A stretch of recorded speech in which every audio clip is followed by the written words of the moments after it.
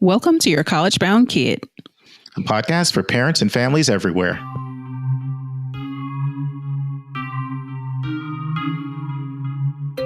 Whether you have kids that plan to attend college or you have current college students, you want them in and you want them to graduate. And you want a quality education that won't empty your retirement account.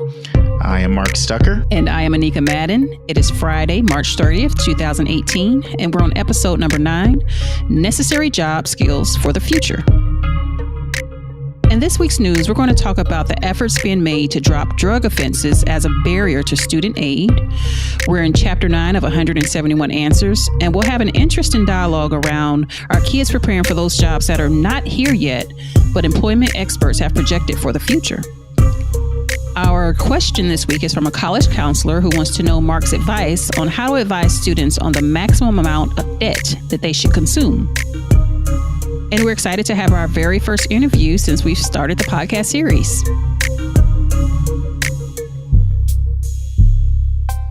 Anika, I am very, very excited about this interview. And so if I seem a little more hyper today, like I'm more caffeinated, we love it, Mark. It's because of thank you. It's our first interview. It's from an author. It's from an entrepreneur. It's from a founder of a test prep company and someone I work very closely with as well as a personal friend. So if I'm a little too hyper, just calm me down.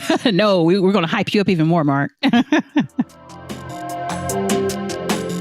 Let's turn to college admissions hot topics in the news.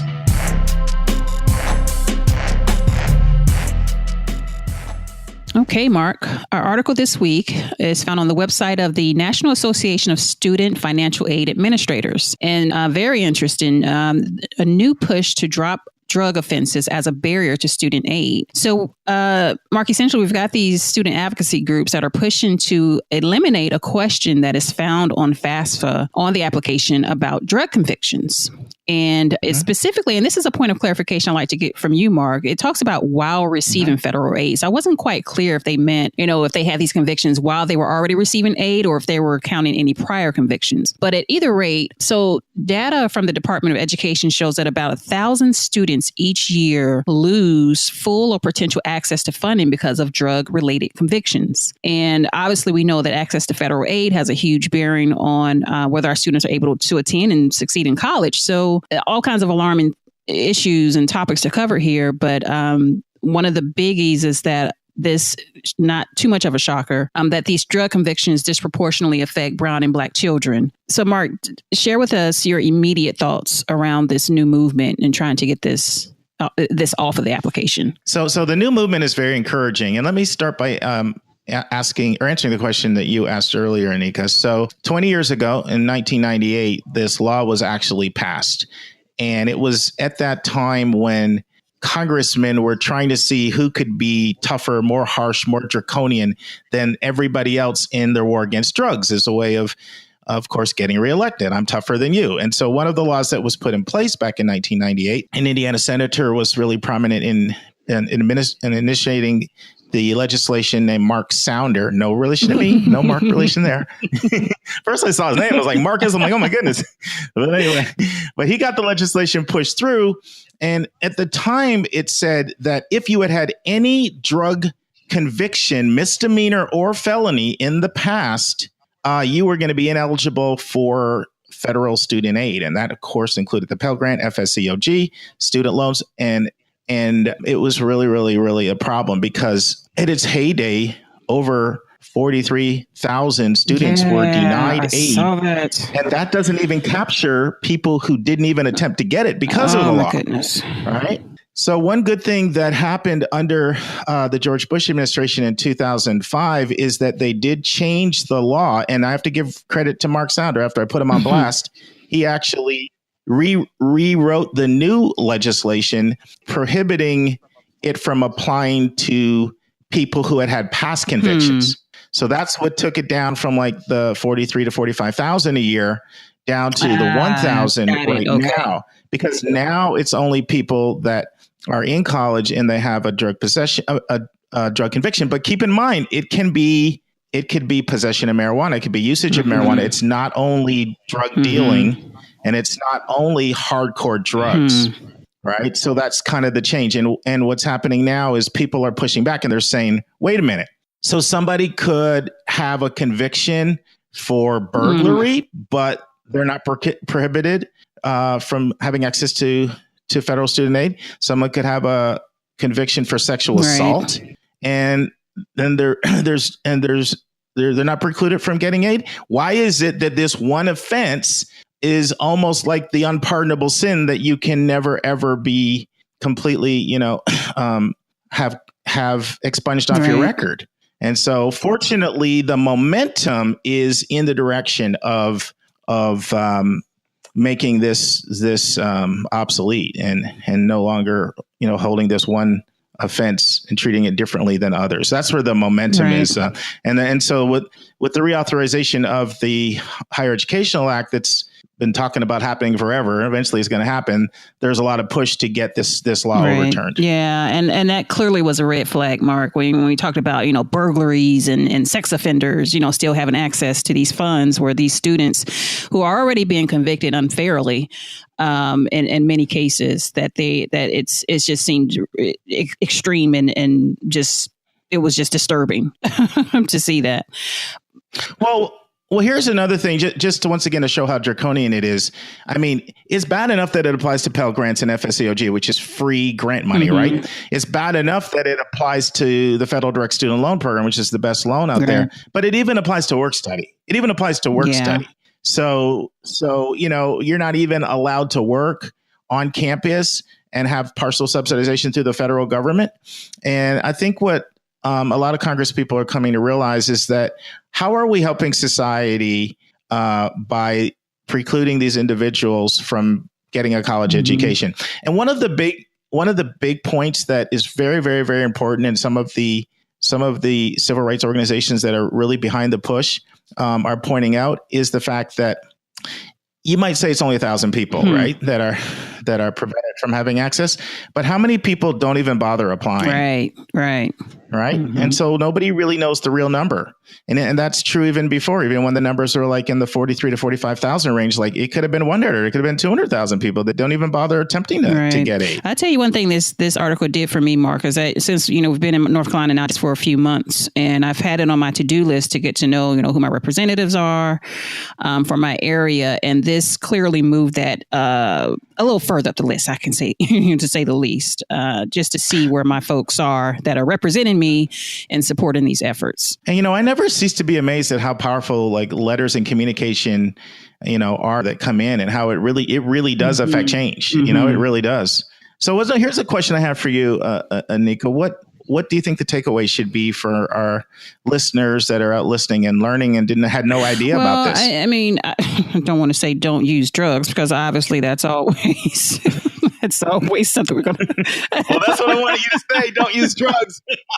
I teed that one up and you hit it out of the park. Oh my goodness. I felt bad saying that at first. I don't even know why. I'm having all these mixed emotions right now. Well, here's the thing. I think particularly now, because, in a lot of states, marijuana usage is not even illegal.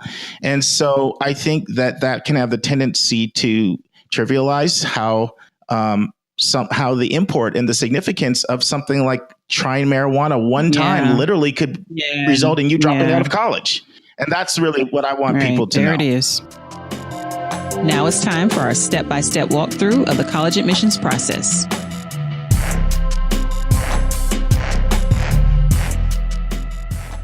Okay, Anika, we are in the 9th chapter of the book, 171 Answers to the Most Asked College Admissions Questions. And this is almost the end of section 1, where we deal with helping students find the right major and career. And so today we're talking about how students can be prepared for jobs that will be in existence in the future. And one of the interesting things that I learned in my research in writing this book is that many employment experts project that students that are entering pre-kindergarten now, 2/3 of the jobs that are going to exist when they go into the workforce are not even on the radar right now. So, when we think about what people want to be, they say, I want to be a nurse, I want to be an accountant, I want to be a teacher, I want to be an engineer. They think all you can do is think about what you know now. But the jobs that are going to be in existence, almost 70%, no one's even heard of. And so what this chapter of the book deals with, and what our discussion today will deal with, is how can students be prepared to excel at jobs that they don't even know exist. So what were your takeaways Mark, from reading this chapter? What a fascinating perspective you brought with this chapter. I mean, as I said, first of all, when I read the title, how can I prepare for the jobs that will be here in the future? I'm like, hey, we've already been talking about that. But but that data point was so remarkable, in that these jobs that we don't, and even the ones you listed, like the Uber driver and the oh my gosh, the other ones are escaping me right now, but it's just, I'll tell you a couple. I said social media manager is one, right? Cyber security engineer. Yeah. So another. Life coach. It's just fascinating. I never thought of it in that way, that these now, famous job titles, weren't even around back in, so many years ago. So that perspective was just awesome, the way you brought that. And I'll tell you, the skill sets that you mentioned, specifically a couple that the one that I was, most attached to is the negotiation skills, service orientation. Mm-hmm. I think about these skills in a way that I didn't necessarily learn them in the classroom. But I suppose that, there is some thought process that should go behind the types of classes that you take outside of your core curriculum, your requirements. But I just thought about those skills specifically, in that I'm like, man, I actually learned those over time. But it was really nice to see your forward thinking in terms of how our kids need to be getting prepared. So this was just completely awesome once again, Mark. Well, Anika, if it's okay with you, I'd like to read. I haven't done this yet, but I'm going to do it. Read a paragraph actually from the book, and so it says, according to an article published on January 19, 2016 by the World Economic Forum, the 10 most valuable skills in 2020 and beyond will be, number one, complex problem solving, then critical thinking, creativity, people management, coordinating with others, emotional intelligence, judgment and decision making, service orientation, negotiation, and cognitive flexibility. So that's, a think tank organization that has identified the skill set. And so, what we want our kids doing is developing those skills now, if those are going to be the skills that are going to be required, right? And I'll tell you a real quick story. We all know John Dre Pryor. You know John Dre. I know John Dre. I love him to death. John Dre is actually kind of in a superintendent role over the KIPP schools. He hired me back in 2009. At the time, he was principal of KIPP Cell Phone Academy and principal for both of your kids. And John Dre, I handled the high school placement search of his oldest son. And when I was meeting with John Dre, I asked him, what are you looking for in a school for your son? And the first thing he said, I wasn't even done asking the question. And he said, critical thinking skills. And because he gets this, right? He understands, as somebody who runs a school, it's more important that you teach people how to think than what to think. And so one of the takeaways that I'm hoping our listeners will extract from this is how important it is that the education you're getting develops problem solvers and critical thinkers. And then so let me ask you this question. So let's say you're a parent, Anika, and you're like, okay, I get it. Critical thinking and problem solving is going to be important for the jobs of the future. So how would you take that knowledge and incorporate that into schools that you may be looking at? Well, guess what question I was going to ask you? The same thing. Because I don't know. And seriously, I'm like, how do you approach that? Yeah. Like, how do you? Now, I understand there's the culture. It's funny because my Janaea, she's on spring break. She's been visiting with her godbrother in classes, and she's like, "Oh man, that teacher was not that great because XYZ. She didn't do these 3 things, or just things that she pointed out."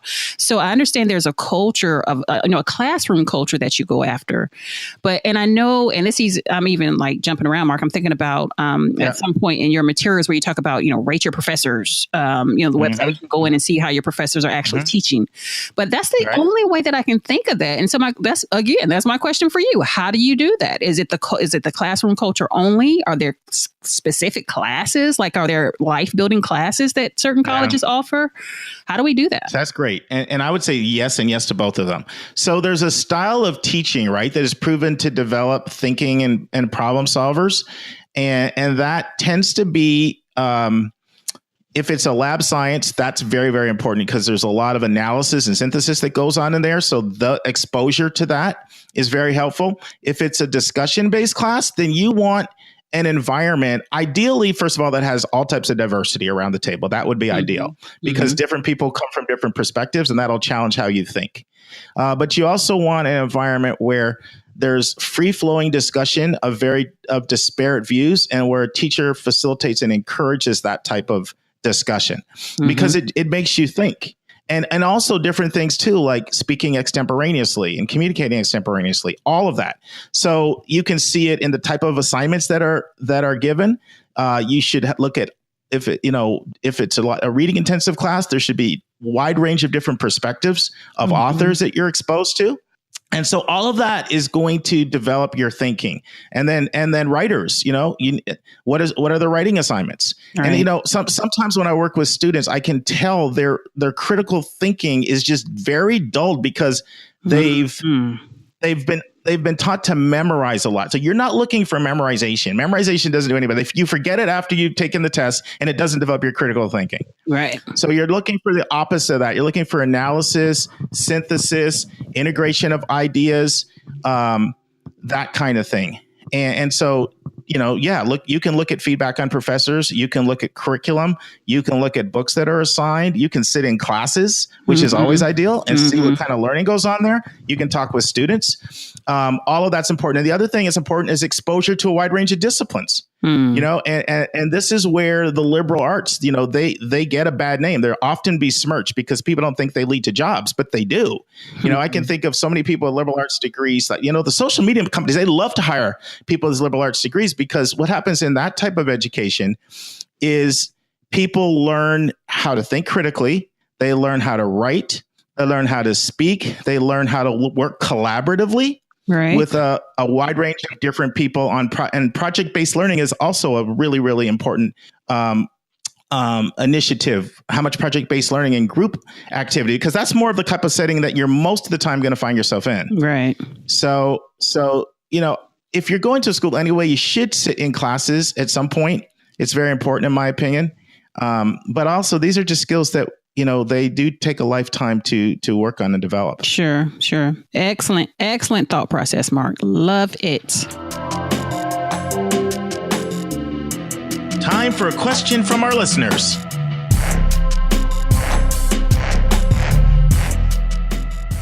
Okay, Mark.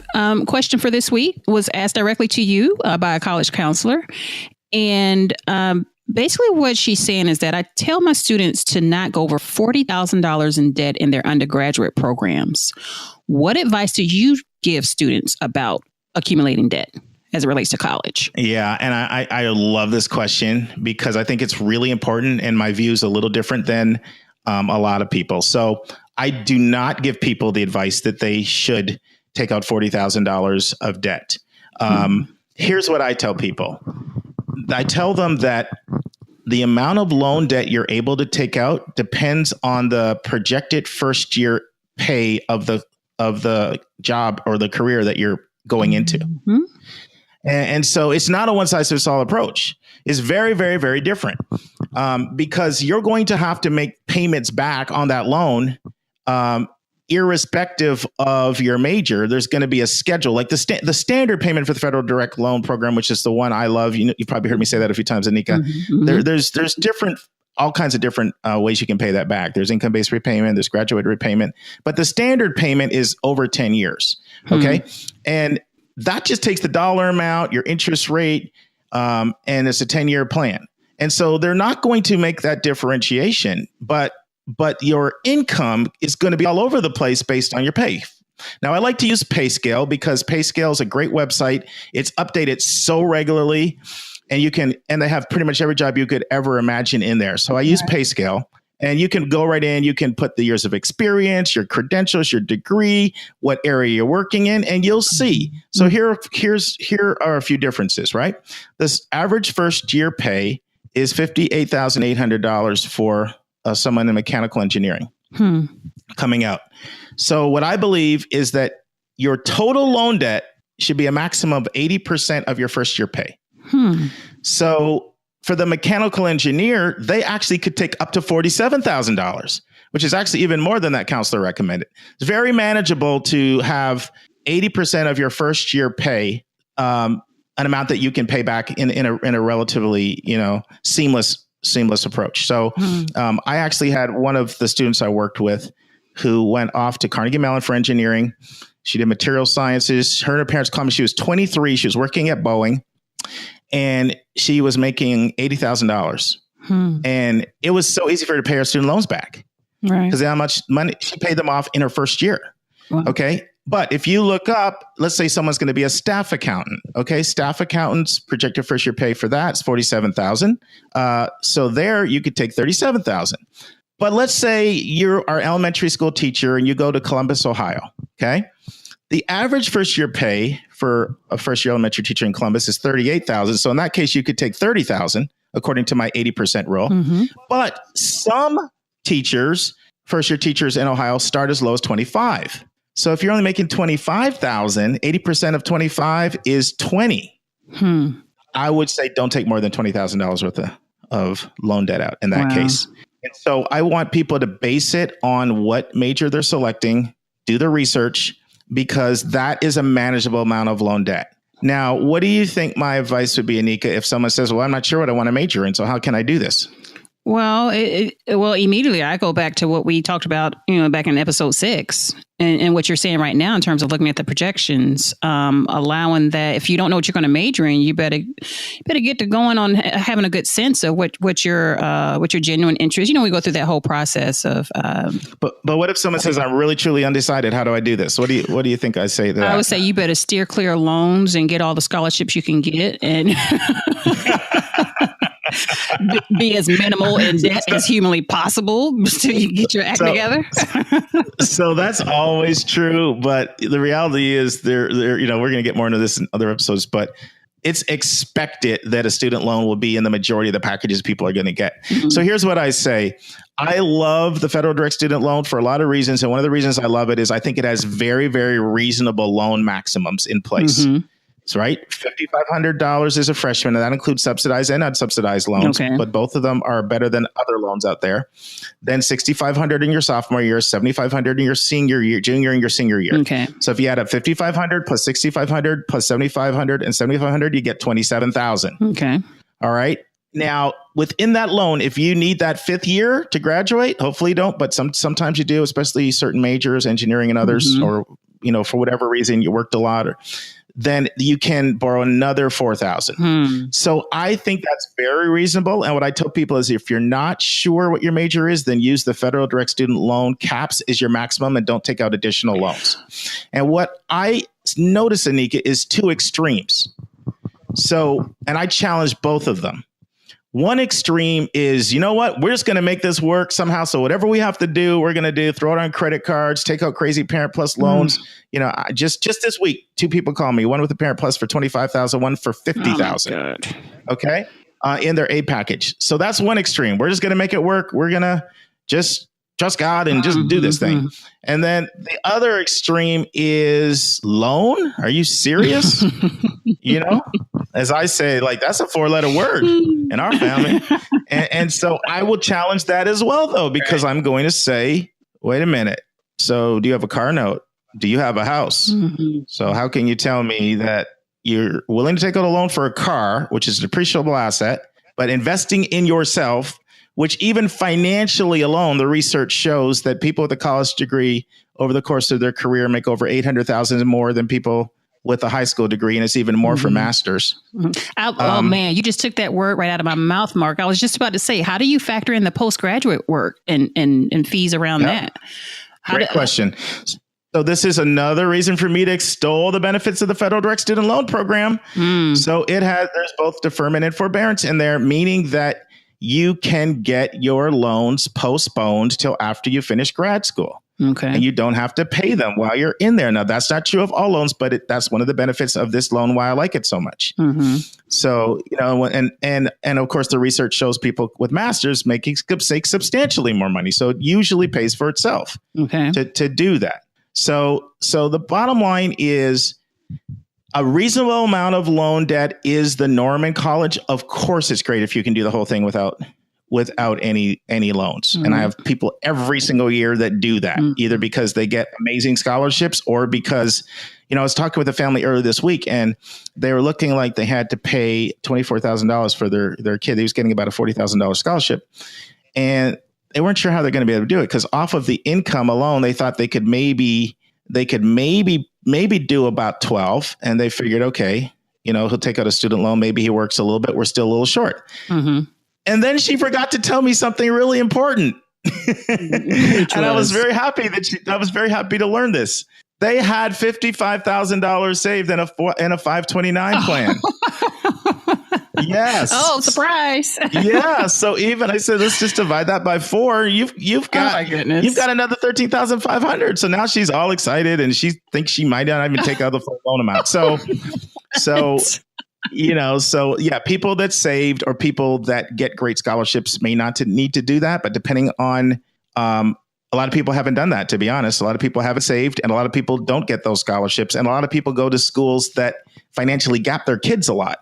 And now now they're looking at loan balance. And then the question is what's reasonable and what's not reasonable. So was that clear or confusing? Very clear. And I got a new goal is to, discover one day that I have $55,000 saved up that I totally forgot about. What is happening?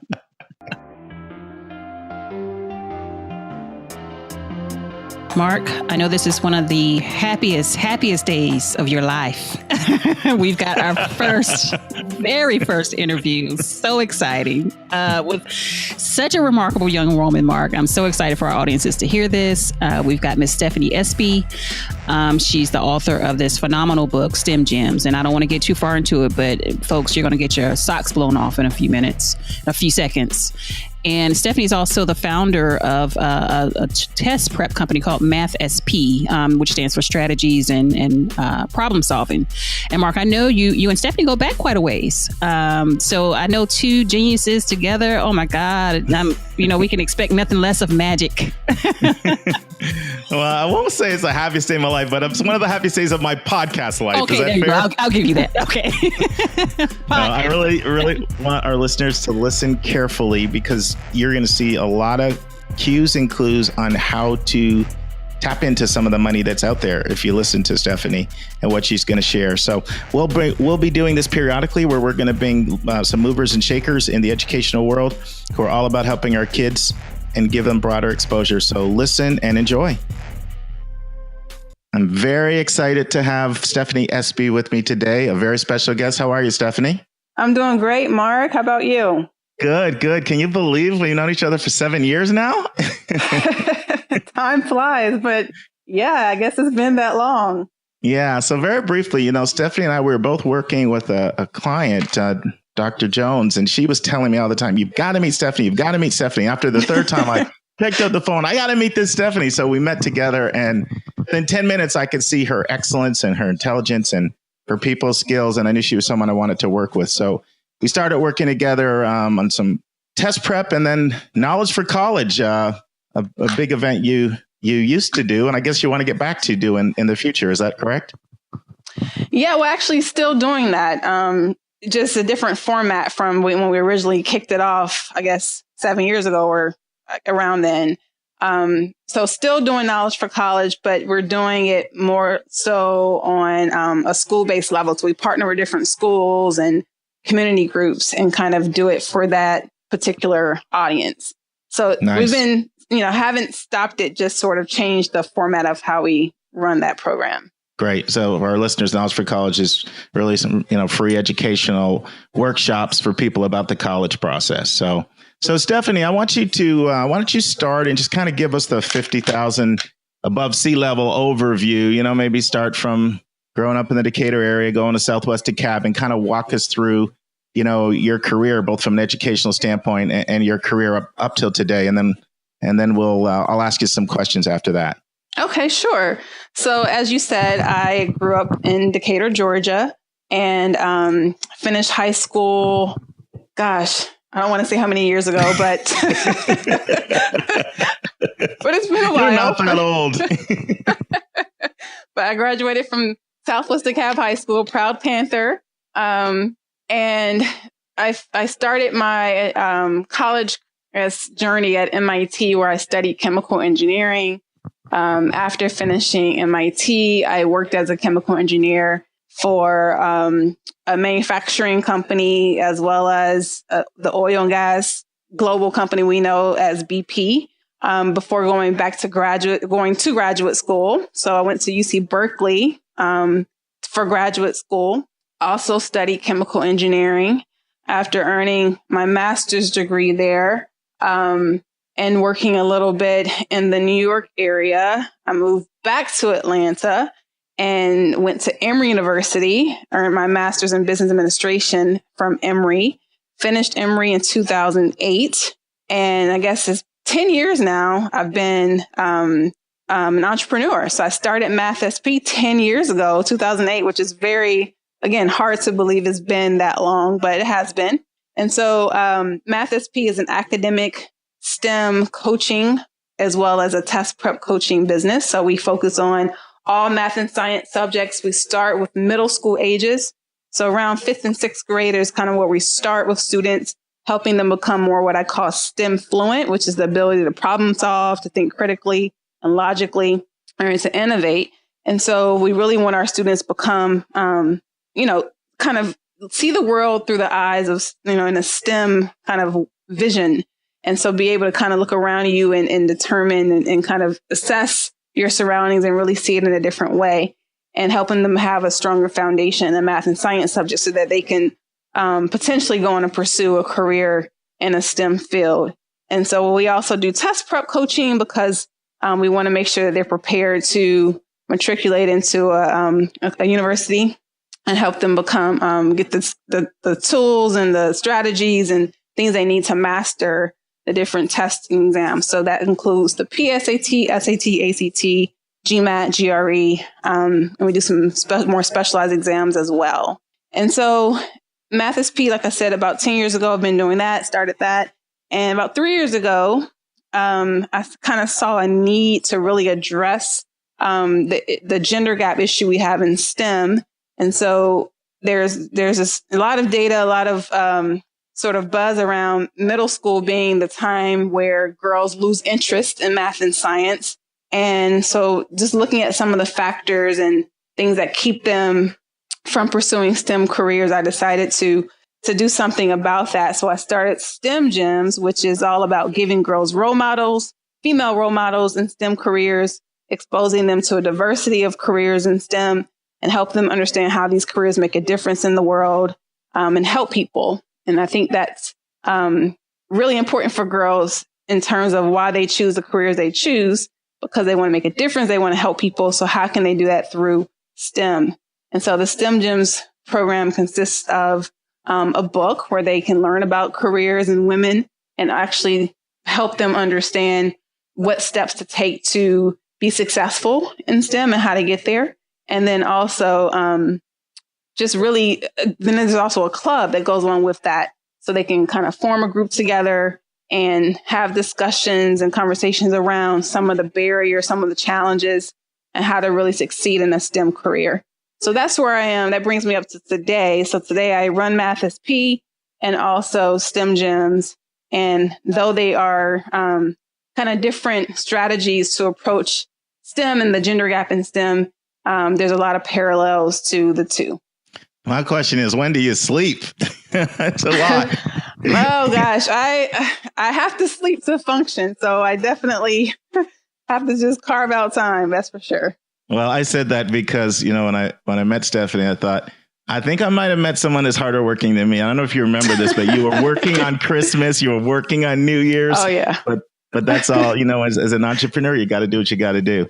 And Stephanie was very humble. She left out a few things I want to share. She graduated Southwest DeKalb with a 4.2 GPA. She was president of her senior class and also played the flute, all through high school in the band. And then actually got fellowships. Didn't you get a fellowship both for Cal Berkeley for the master's as well as for the MBA at Emory? Yes. And I think that's, I guess something to definitely point out is that if you are pursuing an advanced degree in a STEM field like engineering, computer science, it's because those are highly sought after programs, they are always looking for people, especially women, especially underrepresented minorities. There's a lot of money out there to be able to pursue that advanced degree. So I was able to get a fellowship that paid for all of my graduate education and even gave me a stipend so I could, pay my rent and pay my car note, et cetera. So fortunately for me, I had no loans whatsoever from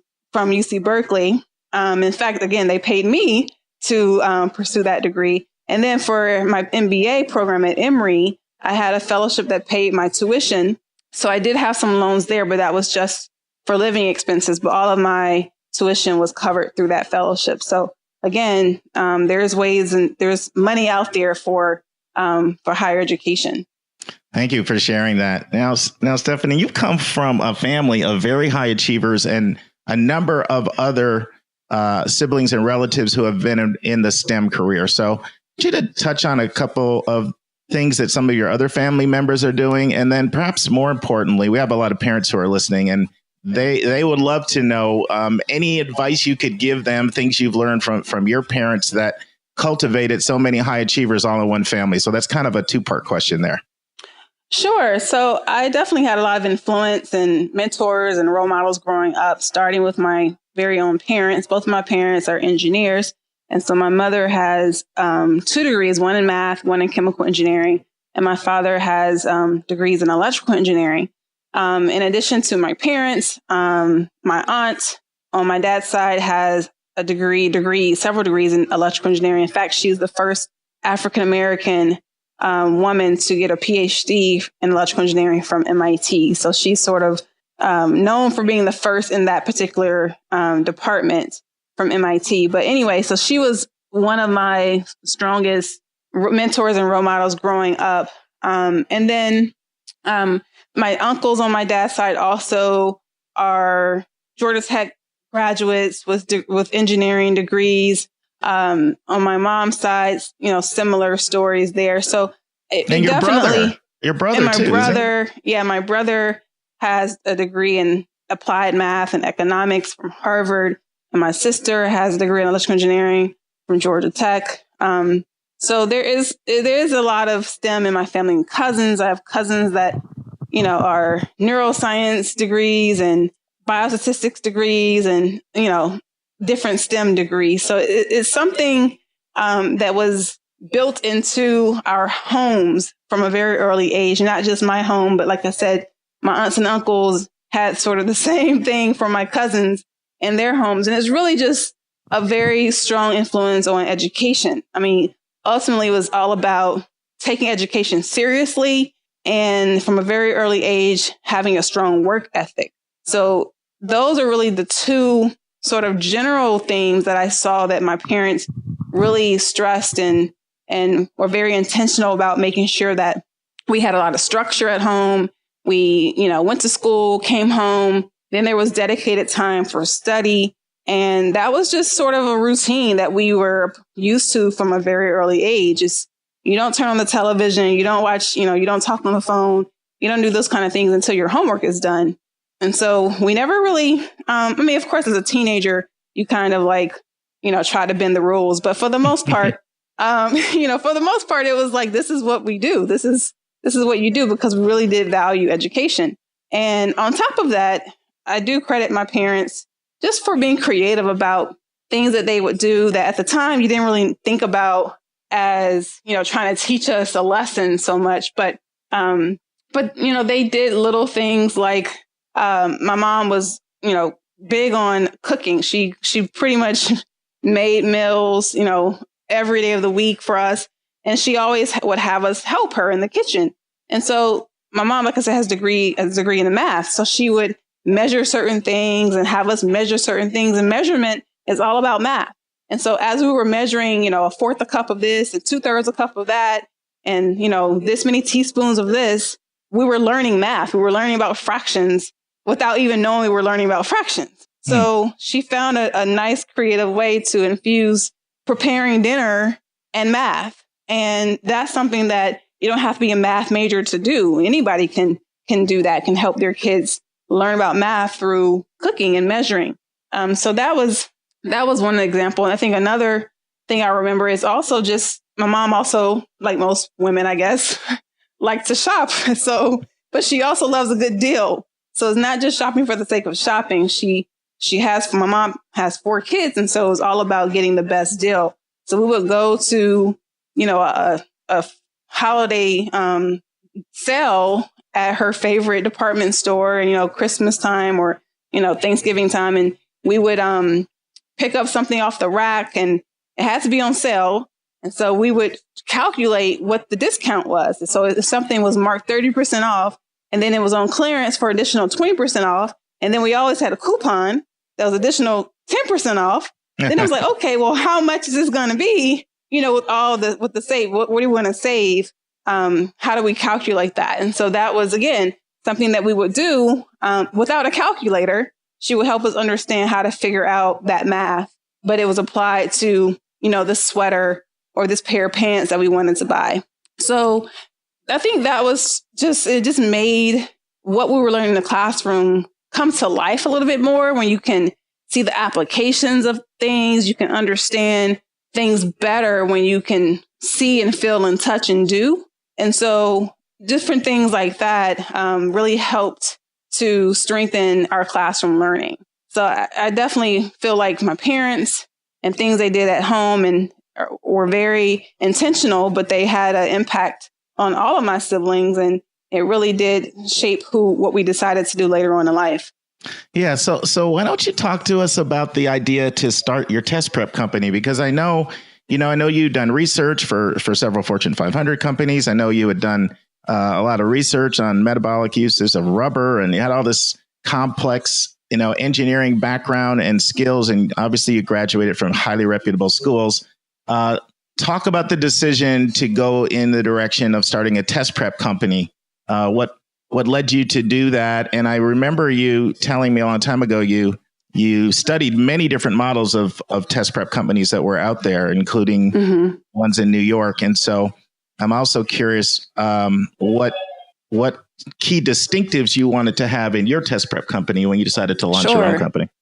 Yeah. And so I should go back and say that growing up, I would watch my mother tutor students on the weekend. So every weekend, usually on a Sunday, there were always kids coming over, sitting at our kitchen table. My mom was helping them with math and SAT, which at the time I had no idea what the SAT was or what it stood for. In fact, I remember one of her students told me it was a Saturday afternoon test. That's what SAT stood for. And I was like, oh, okay. Like, I didn't understand it was college admissions. I didn't know it was standardized. I knew nothing about it at the time. I was probably 6 or 7 years old. But I just remember my mom just would always help people. And so that just stuck with me. And I think seeing her help so many people at the kitchen table every Sunday was something that eventually I would want to do myself. And so when I was old enough, when I got to high school and definitely college and graduate school, I've always had part-time jobs tutoring students in math and then SAT when I finally realized, oh, this, now I really know what it is. So doing that for so long, just on the side, in addition to, studying, picking up a student here and there and helping students, that was something I always enjoyed. And when I was sort of thinking about what I wanted to do and I had so many options, I had so many options. I was really, confused at the time about, okay, what do I really love? Like, what's my passion? There's so many things I can do. I can work for an industry. I can work in government. I can work on Wall Street. I can, be a research scientist. I can be working in a manufacturing plant. Like, there's so many things that I could do. And I was interviewing all over the place, like just all kinds of opportunities were knocking at my door. And so, I think I talked to several different people, including my parents, including my aunt that I mentioned earlier, and family members and all kinds of people, friends. And when I really thought about what impact do I want to have on the world, like what do I really love? It did come to teaching. I really liked my experience working with students. I really liked helping them understand math better. And I loved it because when they got it, when it clicked and they were like, oh my gosh, like that makes so much sense. That's actually quite easy. Oh my goodness, helping them go from complete confusion to, wow, like I get it now. Thank you so much, was it made me feel so good inside to when that light bulb clicked for them. So when I thought about how do I combine all my degrees and interests and talents and skills and passion, what job would really allow me to bring all those things together? And that's sort of how I came about Math SP, because, I'm no longer working as a chemical engineer in a manufacturing plant in a laboratory. However, my mind is very much still very process driven, very engineering mindset. The way I think about things, the way I run my business, the way I teach my students, everything I do is very much from an engineering mindset. So I still feel like I'm very much an engineer in that way. And I also get to help people and teach people and see the light bulb go off in them and do things in a way that I think works best. I mean, the way that I learned, the ways that I think are best ways to learn and get these concepts is what I try to do with my students. So being very visual, watching them in action so I can figure out how their mind is working, where they're making mistakes, where they're getting confused. I want to see them do that, because in a very comfortable environment, safe environment where they okay making mistakes, so that I can catch those mistakes. Then we can figure out, okay, how do we close this gap? Like finding the gaps and then closing the gaps is kind of what I'm all about. And so that's sort of how I've built my business. And that's sort of what I saw missing from some of the other companies that I've worked for in the past is, a lot of times when you're tutoring, that word tutor, you think about someone just help me with a homework assignment, kind of checking something off a checklist, but not really helping you with the foundation, strengthening your foundation, or helping you become a better thinker and problem solver. Is really about, okay, I got to get this assignment done, or I have a test I need to get ready for, and kind of putting a Band-Aid on versus really healing what's under the Band-Aid. So, and my approach with Math SP is less about getting this assignment done. I mean, that's important, of course, but it's more like the understanding of what you're doing, how it relates to previous concepts, why it's so important, how to apply it to the real world. And if I change this number or change this variable or change the way it's written, it shouldn't completely freak someone out. It should be still like, oh, I get it because I get the concepts. I get the underlying principle of how this is or what's going on. And so that's a good segue. Ultimately, I'm sorry, go ahead, finish up. Yeah, that's ultimately how I think that, we're different from perhaps, other similar type of companies. Yeah. And so that's great. However, that's something that you might detect and a lot of other parents might not be able to make that level of discernment. Parents and students I work with, they're just blitzed and bombarded by all these different test prep companies, the big national names, and then individual sort of sole proprietors. What advice do you have for a parent or a student that says, what should I be looking for when I'm trying to decide who to hire for test prep? Yeah. Well, what should you be looking for? So I think first and foremost, it's how many people are in the class. Like class size is very important. You don't want to be in a class where it's too many students, where you can't really get the attention that you need when you have so many people in a group setting. So if you're going to do a group type structure, making sure that it's a good ratio. It's a pretty good ratio, I think is one question to ask. So many people just want to know the cost, like how much is the cost, without really understanding what that cost includes, or what are you getting for that cost? So I believe in paying a higher price for more personalized attention. So to me, you just get more for your money in the long run when you have more focus on you versus, just more general focus. Do you still try to keep your groups at 10? I know you like to keep your groups at 10 if possible. Yeah, between 10 and 12. For me, a good ratio for me is 10 to 12 per instructor, per coach. Anything more than that, just kind of it just gets a little bit too general, I believe. So there is, there's no magic number to it, but I try to keep my classes no more than 12 students per class. And then after that, I typically like to cut it off. And again, it just gets too big. In fact, the classroom that I use for group sessions won't even hold any more than that. I strategically chose that particular setting to keep it at a maximum of 12 per class to feel comfortable in the class. So great. Anything else besides small class size? Yeah, besides the class size, it's also just, what's the class look like? A lot of parents don't ask, like, tell me about how do you spend the time? Like, what do you do in the classroom? And how is it structured? So looking at the structure of how the learning happens is really important. So, in my classes, it's extremely interactive. So it's not just like you're being lectured to for 3 hours. It's more back and forth conversational dialogues happening. Learning happens when I see students, answering questions and doing things and it clicking. Like when they do it they can do it themselves and it starts to click. I mean, that's so much better than me doing it for them. So it's more important for me to have them do and for me to kind of coach them through it, versus for me to just do it for them. And I think a lot of, especially in the school and probably in other test prep company classes, it's more things being done for you, kind of showing you what to do versus allowing you to do it yourself. And when you do it yourself, it's great to do it and make mistakes so that you can catch those mistakes right there in action. So I like the real-time feedback that I'm able to provide students when I can catch them doing something and catch them in a mistake.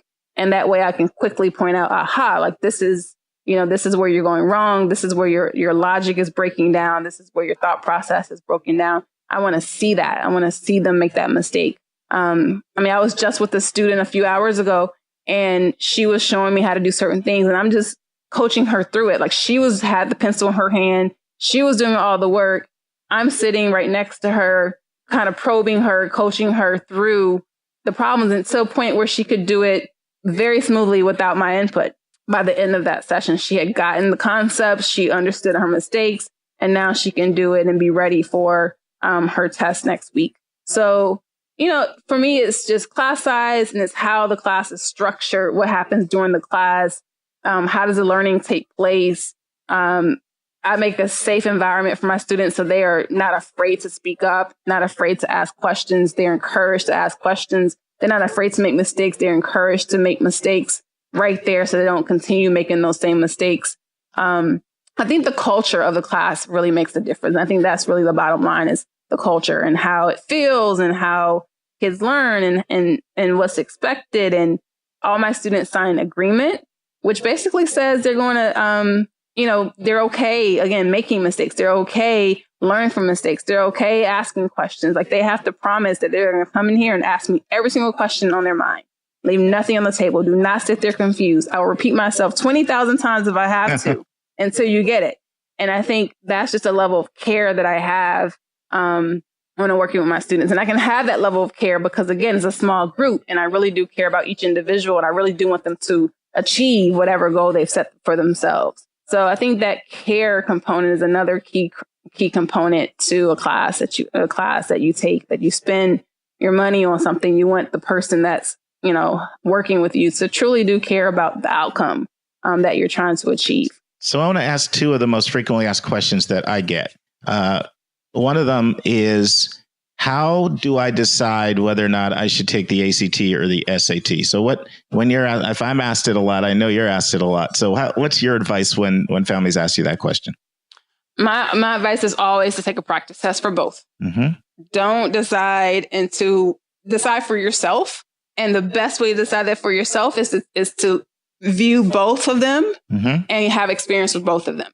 Mm-hmm. So you could, and I'm not saying you have to do the full long, 4-hour test. You can have a really good sense of which test is best for you just looking at a sample of each of the sections and doing a sample of each of the sections. The tests are very similar, but they're also very different. There's a lot of similarities, a lot of differences. So if you can put the reading section side by side and sample one and sample the other, after you sample them both, you're going to have a pretty good sense of which one you prefer. Put the writing and the English section side by side and do a sample from each of them And then you'll have a pretty good sense of which one you prefer, which one you're scoring higher with. Same thing with the math. Put them side by side, do a sample from each one, and then it will speak for itself. So that's sort of my advice. I'm like, let's prove which one is the best choice or better choice for you. Let's just not go based on kind of hypotheticals. Let's figure this out by actually doing a practice section from each test. Well, you're preaching at the choir, so I'm giving good advice on that one. Second question I get a lot is this: do you recommend small group or individual? So when you're asked that question, what's your response? It really depends on the individual. So I actually have a hybrid model where you can do a group plus private on top of the group. To me, that's like the best of both worlds. So you work in a group, which is pretty cool to kind of hear other people's questions, especially if it's a small group. It really does help to have other people in the room where you can hear their questions and hear the response, maybe questions that you yourself hadn't thought of. I think the other benefit to being in a group is that what I like to do sometimes is partner my students together and have them explain something to their partner. And if you can really articulate and explain something to somebody else, then you truly do understand it. If you can articulate it, then you probably don't understand as well as you think you did. So when you're in a group environment and you're able to share and kind of teach your partner and take turns doing that, then it really does confirm your understanding of something. Where you're in a one-on-one setting, you can still do that with your coach. You can still articulate it back to your coach. But it's pretty cool to be able to kind of do that with one of your peers. So that's the benefit of being in a small group, I think, is, versus private coaching. Now, obviously, when you're with private coaching, everything is tailored and structured and customized around you. And so you're getting, just a higher laser focus on what your needs are. So for students who are very close to their target score, they may not want to do a group because they really want to focus in and zoom in on their particular points of weakness, and doing more of a general class that covers things that they are already strong in may not be the best way to use their money. So for example, I have students that come to me, they have, they're 20 points away or 30 points away from their target score. So they may not need a full, group course for that. They may just want to zoom in on things that they've identified as being weaknesses to get those additional points. So it does really depend on the individual. If you're just starting out, then I think doing a group class is a good idea. Most people take these exams more than one time. So you're going to take the SAT 2-3 times. Maybe for your first time, you do a group class. And then maybe for your second time, you get more specialized, individualized help. But like I said, I really like the hybrid approach that I have because it allows you to have the benefit of being in a group and then also have some time outside of class to get the one-on-one attention that you need. That's fantastic. And I hope everyone noted that Stephanie also talked about looking at English sections, looking at reading sections. So Stephanie has worked very, very successfully with a number of students we've been able to collaborate together on it. But one question I sometimes get is Math SP only a math company? And so I'm glad you're able to share that you're looking at all aspects of the test, ACT, SAT. Right. And for your subject tutoring, do you do subject tutoring? And why don't you talk about what subjects you guys provide subject tutoring for as well? Yeah, so we do the comprehensive SAT and ACT. So that's all sections of the test, not just the math section. And then for subject tests and for AP exams, we do focus on the math and sciences there. So that is definitely more specialized with math and science subjects. So the math level 1 and 2, and then all the different sciences for the subject tests. We won't do a foreign language. We won't do a world history or U.S. history. We won't do the literature, the subject test for those areas. We do more specialized in the math and sciences. But for the standardized test, the general SAT, ACT, PSAT, we will cover everything from math to English to science to writing to essay, the whole test. All right, Stephanie, I want to transition to this amazing book you wrote because I remember we met. It was maybe 2014, maybe 15. It was either 14 or 15, and you were deep in the weeds in this book, and you shared the vision. I really, really got excited, and then I was actually having a business meeting with someone who Stephanie and I both work with, and this package arrived, and she opened it up, and it was Stephanie's book. It was here, and she just hugged it close to her chest and embraced it. And you have to see this book. It's full color. It features these 44 amazing women who have been leaders in STEM field. So I want you to talk to us more about this book, STEM Gems, because it's really, really, really exciting to me what you've been able to do. And I know how hard you've worked and how long you've worked at this. But but before you get into this, I just want to share a couple quote or reviews actually about Stephanie's book. And these are the things people are saying out here. Here's one. I wish that a book like STEM Gems existed when I was a little girl. It's the perfect balance of education and inspiration. Every young girl needs to reinforce their confidence and interest in STEM related careers. I'm gifting this book to every woman I mentor, coach, or expecting parent. I have my own copy, and it reminds me how awesome we women are. I thought that was awesome. Here's another one. This book should be required reading for girls and boys. I think that boys is important as well. In elementary school to get them excited early on about careers in STEM. Content is informative. Design and layout of the book is beautiful. I gave the book to my young daughter of one of my friends, and she loved it.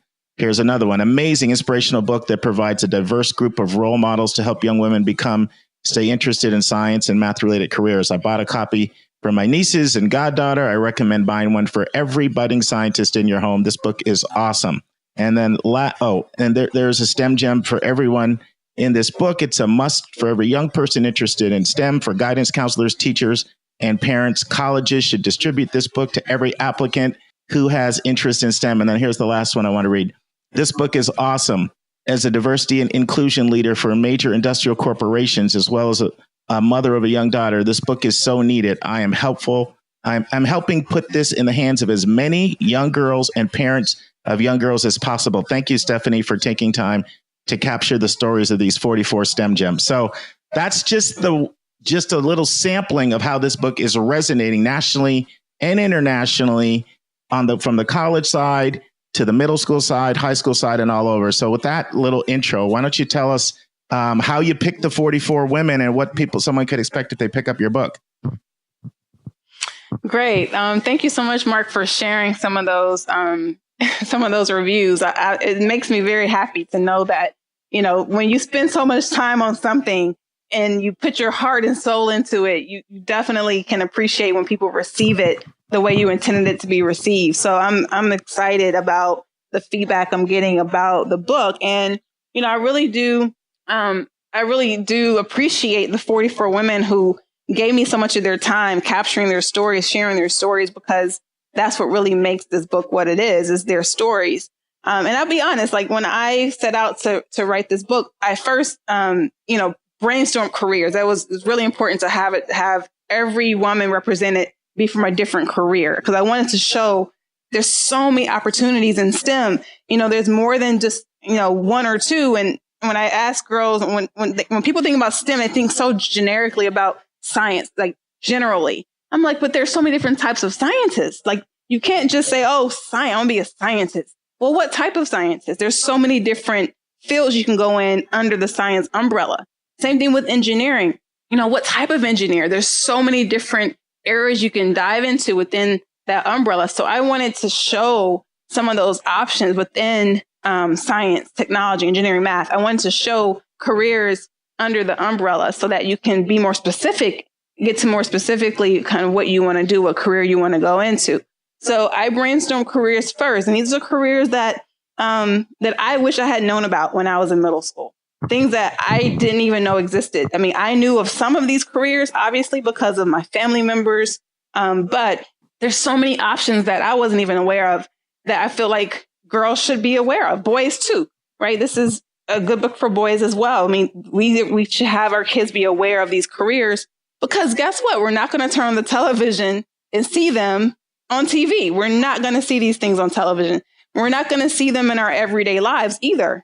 We're not going to walk into a store or a doctor's office or anywhere we go where we're going to meet a nuclear engineer. So how else are we going to learn about these careers outside of having a resource like this to really introduce us?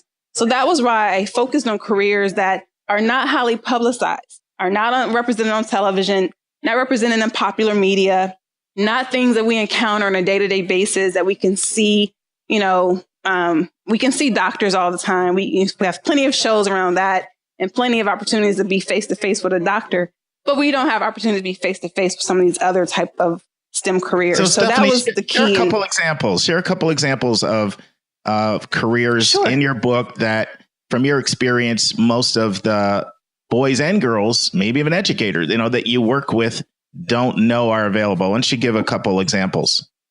Yeah. So urban planning and designing is one. I mean, what is that? Like whoever mentioned that? Actuary. What do they do? Economists, geophysicists, mechanical engineer, materials engineer, electrical engineer, mechanical engineer, robotics engineer, nuclear, environmental, chemical, biotechnology, holography, virtual reality, animation, solar energy, network scientists, global health scientists, geneticists, physicists, oceanographer, immunologists, entomologists, archaeologists, planetary science. I mean, there's so many different, there's so many branches of these things that could be more, internet gaming, of course, computer programming and coding. So there's a lot of things in here that I'm not so sure that, they're talking about in the classroom. They're making kids aware of what some of these careers are all about, and really, more importantly, how these careers, again, make a difference in the world, how through these careers you can actually help people. That's fantastic. And I'm really glad cybersecurity is another one. Oh yeah, that one's big. I know. Mm-hmm. I've seen how much money they make, so it's been attractive to some people I work with. so right, but not many people are walking around saying, "I want to be," I want to go into cybersecurity, or I want to go into entomology or whatever. Like you don't really. It's important to explore as much as possible. Really, not just as a kid, as an adult too. I mean, I think being a lifelong learner is really important for me.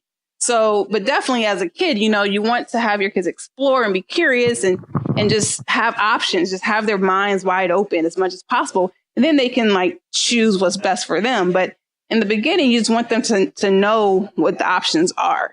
So I was really trying to highlight careers that most people don't really think about because there's not enough spotlight on these careers. So that was the first step, is brainstorming careers. And the second step was, okay, now I need to find a woman who's leading in this career, a woman who's really changing the course of what it means to be a woman in her respective career. So that was a lot of research, online research, just, sorting through the internet and finding women to reach out to. And most of the women I had never met before. They didn't know me from anyone else. And there were a few of them I did know before. I did know because they were professors of mine in college or, somehow I had some interaction with them. But for the most part, most of them I had never met before. So once I found them online, then I had to find their contact information. So I used social media, like LinkedIn was a great place to go to actually figure out, how do I contact them? I know their name and I know what they do and they're doing wonderful work, but how do I actually get in touch with them? So I had to go through the process of finding out their contact information. And then I just sent them an email and said, hey, this is who I am. This is what I'm doing. This is why I'm doing it. And all of them were elated. They all said yes. Wow. And, I will say that some people had to email more than once. Mm-hmm. So it took, you get so many emails across your desk that, for a lot of them, it was like, okay, let me wait a while, then email them again, email them a third time, some people even a fourth time. So it wasn't an automatic, same day response. Some of them, it did take more time for them to read my email and commit to it. But ultimately, I was able to get the 44 yeses and commitment to be a part of it. And mostly because they were just so excited to share their story, so excited to help with the gender gap issue and really drive more interest from girls into the STEM pipeline. So everybody knows this is no secret that there's a big pipeline issue when it comes to girls and underrepresented minorities. So I think that these women understood the importance of sharing their story to inspire more people to go into STEM. So because of that, they were pretty great about agreeing to it and then giving me the time that I needed to capture their stories. You know what? I'm just so proud of you for doing this. And I'm really excited about it. And I'm going to tell you something I've never told you, but I've thought this at least 5 times. You need to be on Oprah. I'm serious. Like Oprah needs to be promoting this all across the world. But I think it's fantastic what you've done. And I really appreciate you spending some time with us today. You know, I'm trying to get Stephanie if anybody knows to do... Oprah, please give them a copy of the book. Please give her a copy. There you go. I wish I could, find her contact information. I've tried, trust me. But hopefully through word of mouth, some way, somehow, I'm prayerful that, hey, she'll get a copy of Michelle Obama. We'll get a copy of it. Sheryl Sandberg, a lot of the thought leaders that can really help drive this mission. So, it just takes time. I'm hopeful. Yes. Yeah, it'll happen in time. I really do believe that. I truly do. And I'm really grateful for you spending this time. I'm going to ask you already in advance in 2019, a whole year advance, we want to have you come back and we'll do a little deeper dive into the ACT and SAT. But we're grateful for your time. And I'd like for you to close us off by telling people how they can contact you if they're interested in working with Math SP, and also how they can get their own copy of STEM Gems. Absolutely. So if you're interested in Math SP for STEM academic coaching, middle school, high school levels, as well as test prep coaching, please contact me through the Math SP website, which is www.mathsp, S for strategies, P for problem solving.com. You can also contact me through LinkedIn or through the Math SP Facebook, Twitter pages. Also, for STEM Gems, you can get a copy of the STEM Gems book through the website, which is stemgemsbook.com. And if you're interested in starting a STEM Gems club in your school or your community, your Girl Scout troop, your church group, or what have you, you can start a club very easily. And there's information about that also on the stemgemsbook.com website. And you can reach me through the website, also through LinkedIn, the STEM Gems book social media sites, Instagram, Facebook, Twitter. Awesome. That was fantastic. And one of my missions in 2018 is to convince Stephanie to start doing virtual tutoring, because she knows this. We've had this conversation. Only about 15% of my clients are in Atlanta. So it's great for Atlanta, but I got people I work with all around the country, and I'm trying to convince her to. But she's so committed to excellence that she said, maybe someday, Mark, but not until people are totally trained. So I appreciate that. And thank you once again for coming on, Stephanie. I look forward to working with you. Yes, there you go. Thank you so much, Mark, for having me. Thanks. And for your listeners, you can tell from Mark how passionate he is about what he's doing and helping families and students to achieve their goals. So I highly, highly recommend Mark for all of his work with School Match for You. And so he's a great person, and we've been at this for a long time, very passionate about what we do. So I just want to applaud him for this podcast and for all the things that he's doing to help families matriculate through high school and through college. Well, thank you for that, Stephanie. And we'll be in touch. All right. And that's our show. A big thank you to you, our listeners, for tuning in this week. And if you found this podcast helpful, it would help us tremendously if you would subscribe and write us a review on your favorite podcast listening app. And please be sure to click that share button and send it to someone that you know who could really use this information. The amazing music that you hear is by Victor Allen Weeks. Artwork is by Andrea Togo. Marketing designs are by Kimberly Blass. And Your College Bound Kid is produced by Esteban Sartho. And if you want to get a copy of the book, 171 Answers to the Most Asked College Admissions Questions, just go right to 171answers.com. That is 171answers.com. And if you have a question or a few questions that you would like answered on the show, please email us at questions@yourcollegeboundkid.com. That's questions@yourcollegeboundkid.com. Every week, we'll take one question and include it in each episode. Again, we thank you for tuning in, and we look forward to meeting with you again next week.